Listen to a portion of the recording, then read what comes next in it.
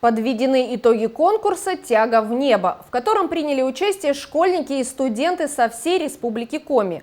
Главной темой творческого состязания стал первый полет человека в космос, с момента которого прошло ровно 60 лет.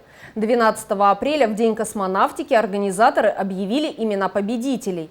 Среди них есть и Интинка, ученица 9 класса гимназии номер 3 Мария Обидова.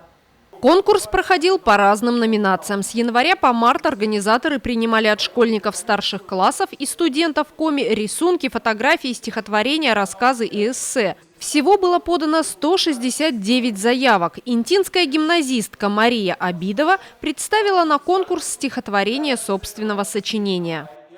Покорение космических просторов. Космос манит блеском звезд, для людей недосягаем. Он загадочен, непрост, веру в силу постигаем. День обычный, день весенний, голос диктора звучит.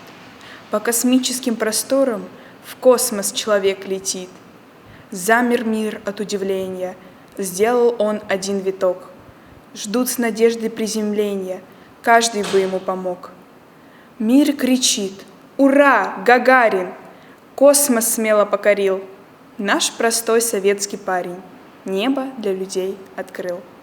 Мария написала это стихотворение примерно за неделю. Говорит, сочиняла специально для конкурса. Проявить свои творческие способности предложила учительница, а вдохновляла бабушка. Благодаря своему учителю русского языка Татьяне Николаевне Онетико я решила поучаствовать в этом конкурсе. Это был не первый конкурс. Она меня, так сказать, подтолкнула на номинацию стихотворения, потому что это был уже не первый конкурс, куда я писала стихотворение и уже не раз выигрывала. Поэтому я решила поверить в себя и сделала несвершимое. Я смогла выиграть этот конкурс. Я считаю, что у нее есть способности. Она мне может прислать даже ночью свое очередное стихотворение и спросить, каким образом получилось. Нет, я, насколько позволяет это, могу что-то откорректировать. Но стараюсь, конечно же, сохранить авторство, потому что это ее впечатления, ее эмоции, ее состояние отражается в стихах.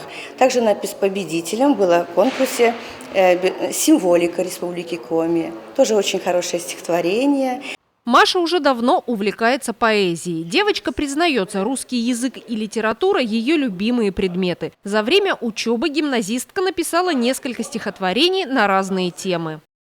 Мария – разносторонняя личность. У нее много разных увлечений. Более 10 лет девочка занималась фигурным катанием, имеет первый юношеский разряд. Сейчас занимается баскетболом, участвует в различных соревнованиях. При этом выбранная ею будущая профессия не связана ни со спортом, ни с литературой. Я хочу отучиться до 11 класса, сдать, в принципе, хорошо ЕГЭ. И в будущем буду стараться поступить на бюджет в Санкт-Петербургский университет СПбГУ на юридический факультет. Марию и других победителей конкурса ждет ценный подарок от организаторов.